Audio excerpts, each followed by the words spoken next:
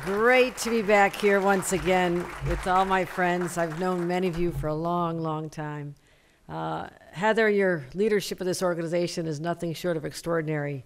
And when you knock on the door or give a call to myself or any member of my staff, they know to take that call and to make sure that we are responsive, because you represent literally thousands of employees and hundreds of businesses. And so you are a voice that matters to me. And I'm grateful for all of you who are here today. I was reflecting on when I first stood here 2 years ago as a newly minted governor. Yes, dealing with not one but two hurricanes my first week. I said, do I have an emergency manager here? Like, we were literally trying to figure things out, but it was it was a rapid ascension to the position. But I also said I believe that our best days lie ahead of us, and I have not wavered one bit in that sense of optimism that is so important for leaders to have, and all of you are leaders in your own organizations, so you know how important that is. And you know, you mentioned we were navigating the pandemic. We thought we were getting through the pandemic in August of 2021, September 21, and all of a sudden Omicron slammed us in November and set us backwards for a number of months, delaying our recovery and delaying people getting back to work. But you know, we've had to figure out how to work with the business community so intensely to navigate and get through those troubled waters together. And I'm so grateful that that same spirit of resolve to meet the challenges where we find them, but also to power through it collectively. Government and business must solve the problems together. I believe that to my core. And we've also come through other challenges as well. I've traveled this entire state, every single corner. As you know, I was lieutenant governor for 8 years. Didn't spend a lot of time on our capital. I was out there walking factory floors, being at ribbon cuttings and gatherings of people, great festive times with businesses, seeing their success, but also being there to listen and help solve problems when life is getting a little more challenging for them. But what we talk about now is a new challenge. It's a challenge that was unanticipated, but Heather mentioned it, and I want to talk for the first few minutes of my remarks about the humanitarian crisis, the 125,000 migrants who have found their way to our state. Now, there are many reasons for this. We can analyze that all we want, but it is a federal problem that requires a federal solution. I can't control what's happening at the border. We know that. But I have to deal with the hand that's dealt us, as does the mayor of New York.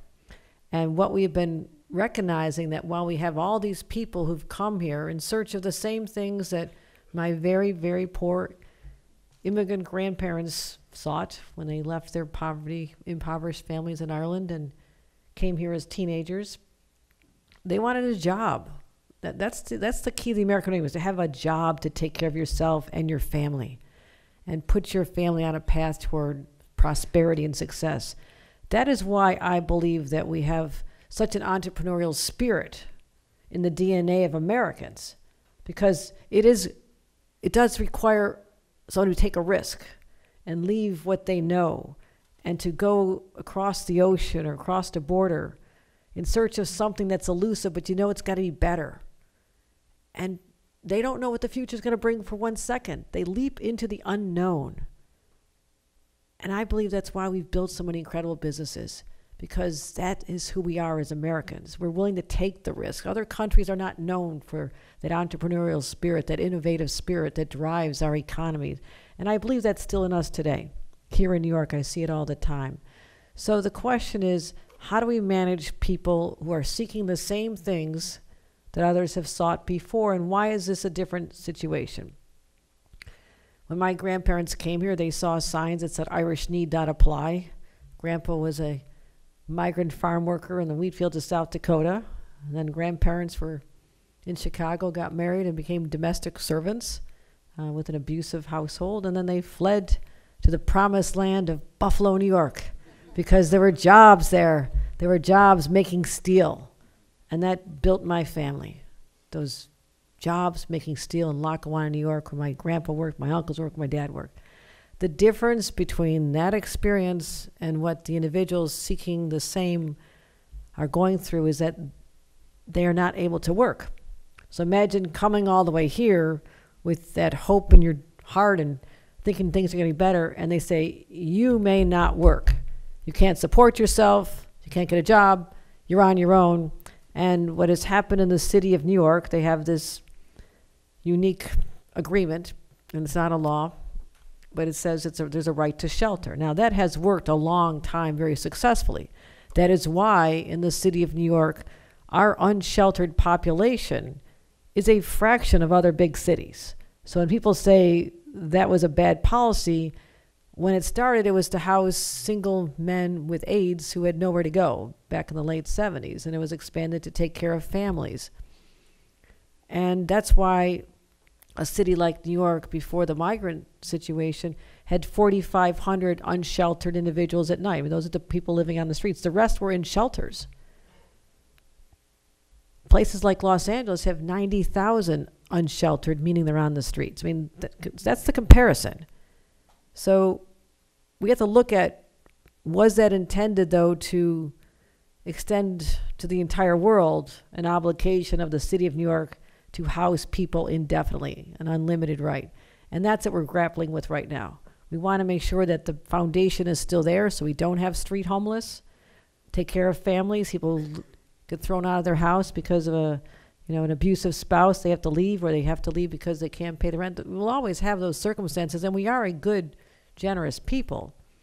But we cannot do it under the circumstances we have now. We have to have some restraints, some time limits. Something has to give there. So that's one of the reasons why we have a challenge, and it's unfolding in the news all the time. But there has been a tremendous breakthrough, one that I thank Heather and the Business Council for lending their voice to, their considerable clout to, and that is recognizing that about 40% of the people who came here are fleeing a country that is descended into chaos. And you didn't hear about Venezuelans coming here in the past because they had a thriving economy based on oil. And yes, we had Hugo Chavez and other dictators and people that you'd not want to be seen with. And now we have Maduro, an abusive leader for the last decade. But the U.S. and other countries have embargoed and stopped purchases of the oil. Their economy spun out of control, and in its place, not just political chaos and persecution, and the gangs took over, and it is not the country it once was. That's why there was no prior Venezuelans living in this country who would normally house their friends and relatives. There was no Venezuelan base because they didn't need to leave. So that's all changed. So 40% of the people from Venezuela, we have no diplomatic relations with the country of Venezuela, zero. So you can't say we're going to send you back to a country because we don't have relations with them like we do with most other countries. So since July of 2022, we have been asking, myself, Mayor Adams, Majority Leader Schumer, Gillibrand, our delegation, and the Business Council have been saying, can we give what's known as temporary protective status to Venezuelans because of the circumstances in their home country? Not unlike Haiti, we give them status. We give Nicaraguan status. We give people from Cuba status. We give people from Afghanistan and Ukraine. So special countries, instead of having to wait 6 months or years to be able to get work status, you could work after 30 days. Now, we pressed hard. I went to Washington, had a very, I would say, loud meeting with the White House back 3 weeks ago, and just explained that this is unsustainable. We need help. You need to make this change right now. And yes, we need Republicans to work with Democrats in Congress and put together a thoughtful immigration policy. It's possible, because when I was this young idealistic staffer for Senator Moynihan, I worked on it back in '86. We had comprehensive immigration reform. It was a grand bargain between Democrats and Republicans. Beef up security at the border, have employer sanctions, create disincentives to come. But those who are here, 4 million people, were granted amnesty, and they stayed. And they got legal work status. And they worked on the farms, and they worked in the nursing homes, and they worked in hospitality. They solved a problem for us. I know we're capable of that, but in this politically volatile environment, I don't have high hopes for that, because people like scoring political points right now. So that's not going to happen anytime soon, although it should. But for our pressure to have paid off, when President Biden whispered in my ear when we were together a few days ago, he goes, "We're going to do the work authorizations. We heard you. We heard you." And that's great progress. And the next day it was announced publicly. And I know you all have questions because the biggest problem I hear about, and I know it's just, you're not a New Yorker if you're not complaining about taxes, but what I hear more is the number one complaint is I can't find workers to fill the jobs I have. And that to me is the one reason that our full potential will be not realized if we don't have enough people to do the jobs and the jobs we're creating, because we are creating jobs. But right now, in the state of New York, I have 460,000 open positions. Now, unlike when I was growing up in Lackawanna and unemployment was high, and even the pandemic, unemployment in the state was 16.6%. We know it was temporary, but it was 16%. We're at 3.9%. Now, that's something to celebrate, and I'm really proud of that we've reached that achievement. But what that means is there are not enough people around looking for jobs to help all of you, help you succeed, help you expand, help you realize your dreams. So I said on the news and to the president, everybody else, I have a humanitarian crisis over here. I have a worker shortage over here, crisis and a shortage of workers. We blend the two together, they solve themselves. And so we are starting. And I know you're all going to be interested, and I would like to offer to Heather that my Department of Labor will do a Zoom call in person, whatever you'd like to do with all your members, and explain the next steps. I was looking on the White House, which is why I was a couple minutes late, talking to them about how we operationalize this. It takes probably till November for people to be eligible to work because it is still a 30-day process. We have to stand this up.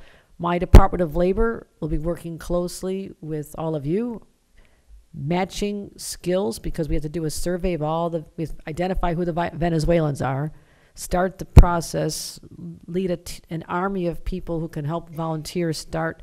Literally, these people may not have iPads and cell phones, help them apply online, ask for a fee waiver because it's very expensive, and get them started. But there's biometrics, they have to do background checks, et cetera, et cetera.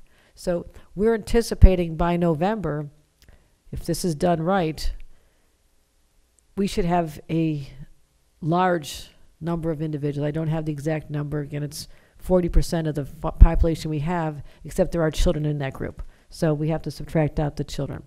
So when we know that, and we have identified the skills, and many are low-skilled jobs. I mean, I can't tell you how many nursing home operators have said to me, can I just have someone who's trained to work in the kitchen now, but I'll get them on a path someday so they can actually, we'll pay for them to be a nurse eventually. Just get them in the door. Let them work cleaning hotel rooms right now, and someday they or their children will be the manager of the hotel. That's the path that works most successfully. Get people in the door. But there will be people with higher skills. I mean, the engineers, the doctors, the lawyers, they had to leave the country as well. So we have to identify the skills, match them up, and that's what we have a portal right now with our Department of Labor. But I want all of you to know exactly what's involved here. And if you want to bring in people and help them through the process and sort of adopt them early, you can get first dibs on them because these are hard-working people. If you see them crossing the border, these are individuals who had to endure the unthinkable. So they are physically strong, they're committed, they're dedicated, and they had that same spark, that same sense of being a risk taker that all of our generations before us had that made us who we are today. So this is an opportunity. We can complain about it and lament it and it shouldn't have happened and it's a lot. I don't have time for that. I have to run a state. I'm more solution-oriented, and that's what we're focused on right now, and your help is going to be immeasurably important to me, Heather, in this organization, so I thank you. So you heard it here first. Okay, you know more than 99.9% of New Yorkers about this and I say don't watch the cable news either side to explain it to you because you just heard the truth. This is where, as you can say, you heard it here as well. So let's talk about some of these jobs. Farm jobs are open, other jobs are open, but all that is a sign that we're doing well here, right? I'm much happier with the 3.9% unemployment rate than a 12, 13, 14, 15%.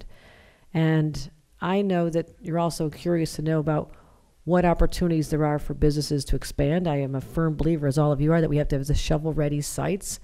What a shovel-ready site means is that when we are trying to lure a company like, let's say, Micron, who is looking at the entire country, weighing incentives, trying to figure out where it's best for them and their interest. that if I can point, number one, to a shovel-ready site that meets their needs, already through the permitting, all the way through all the hassles that are required to expand, and I know there's many, that's job number one. Here's a space for you. Job number two sometimes is when I'm in competition with 50 other states for these places and these jobs, I have to have some incentives. So when we decide we want to have a semiconductor ecosystem that is second to none in this country, we have to get incentives on the table. So we had targeted tax credits, and I will tell you that for the semiconductor industry, it was not an easy lift. $10 billion from this legislature to go to companies. Now think about that. Okay, understand what went into that one, but we got it done. And as a result, I could put together a package for Micron that when I showcased the quality of life in upstate New York, and I was like a tour guide. You need to go here. There's great houses over here. You got to go up to Thousand Islands. Lake George is beautiful. It was my favorite wineries over here. I'll take you to Niagara Falls myself. This is a beautiful place. I was a salesman on steroids because I knew I had to make the pitch. It was supposed to be a 1 hour meeting. It ended up being 3.5 hours, and I would not leave until they committed to stay.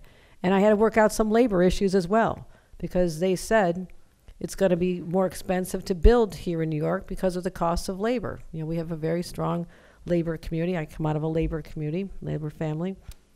And they were looking at Texas. And literally, Micron was this close to going to Texas. The Texas newspaper had already reported that they had very good news. But I told our Central New York labor leader, Greg Lancette, get in the room with Micron, because here's the question you have before you. Do you want your members to be building for the next 20 years and be one of 50,000 people who will be either building or part of the economy afterward, or would you rather those people be all in Texas? As you can tell, we know the answer.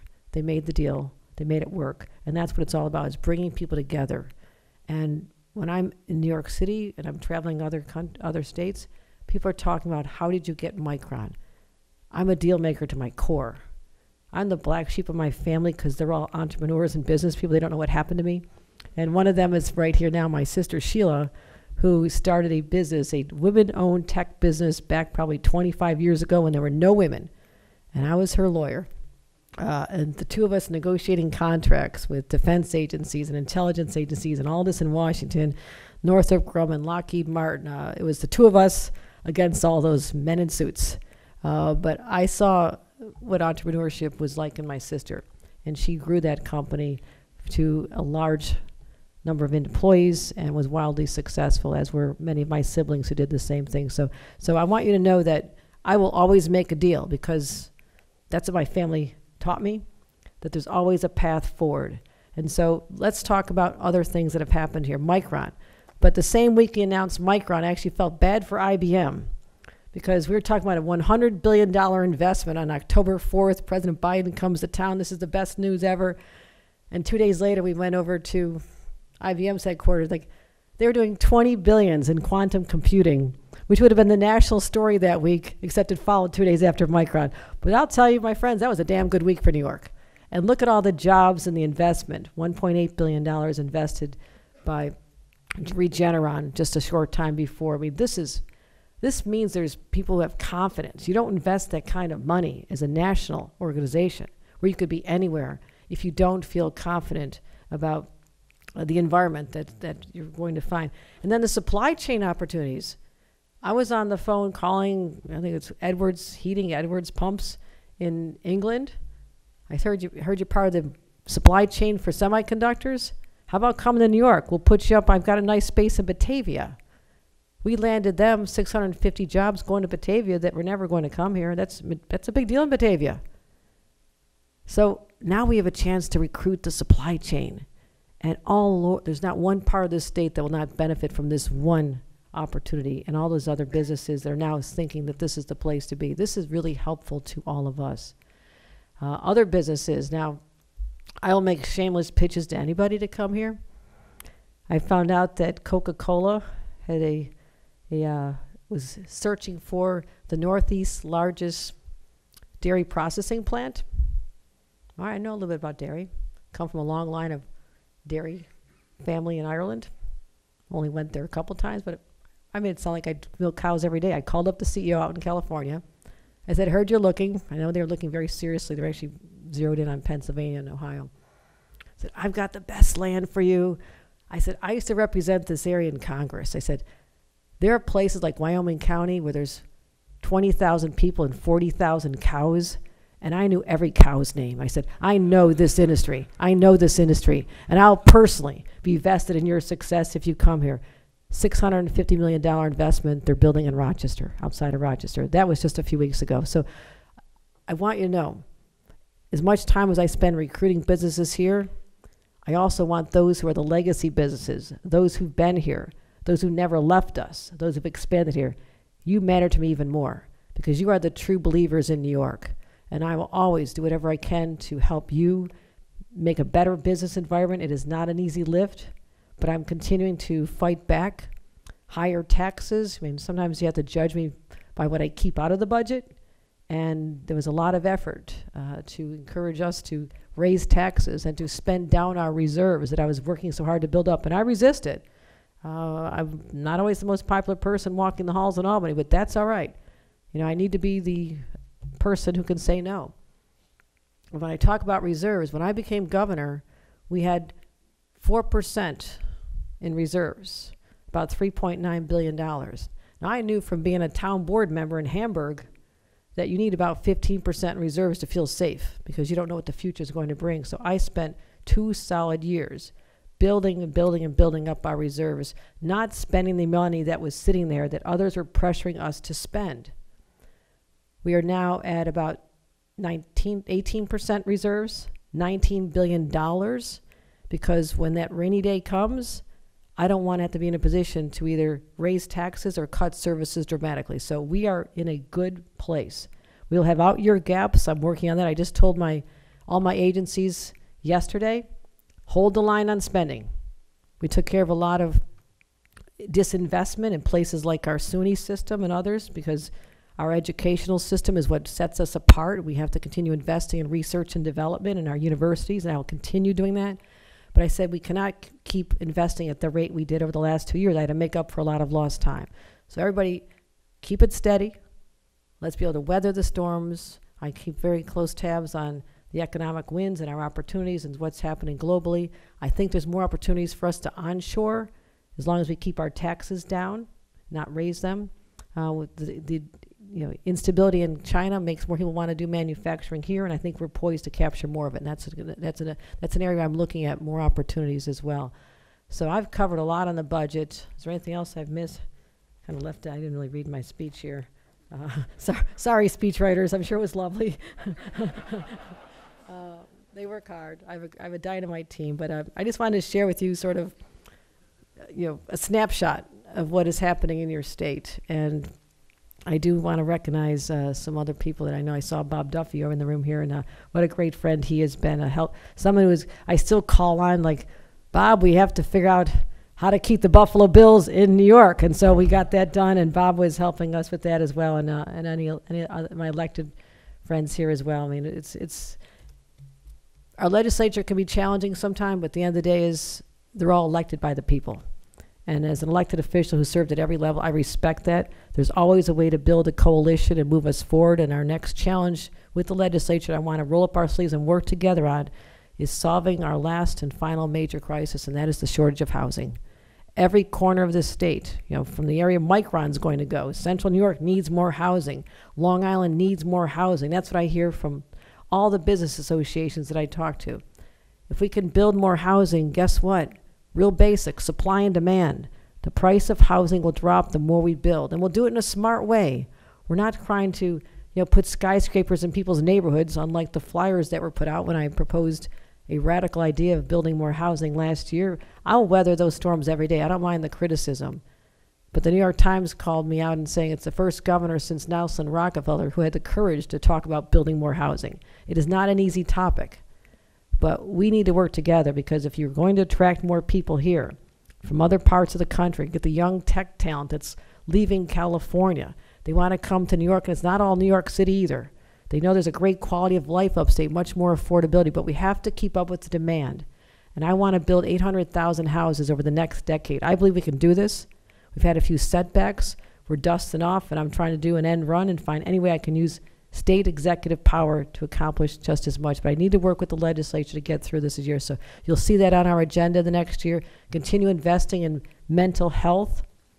I don't know if you're seeing it in your workplace, but my God, if you have kids or grandkids, you are seeing it in children. Children have not bounced back from this pandemic, and they are being stifled. They need to have more adults who understand them. We need more school counselors, more school therapists, mental health professionals in our schools. And I put $1 billion, more than any state in the nation, toward helping solve the mental health crisis. But it's not just it's people in law enforcement. It's people in construction. Man, you see the numbers. Something has happened since the pandemic where that sense of inner security has been shattered. We need to help our people now. And that's what I'm doing as the governor, is addressing those very real needs as well. And I hope all of you can help us and find a path to work with the business community on that. So those are some of the top of mind agenda items, and look forward to working closely with you. I see you in Albany. Come see us anytime. But I won't leave with this. I'm so honored to be your governor. This is something I never imagined my entire life. I never plotted or planned for this, but it is the highest honor of my life. I'll never take it for granted. And my job is to work hard every single day and to inspire confidence that their government is actually competent and get things done. I don't need to have public battles with everybody just because people expect it. My position is I'll raise my head and punch somebody when I have to, but my position is I'd rather just work like this. And that's how I learned from my parents and my business family and many of you in this room, because that is how we can accomplish more working together. So thank you very much.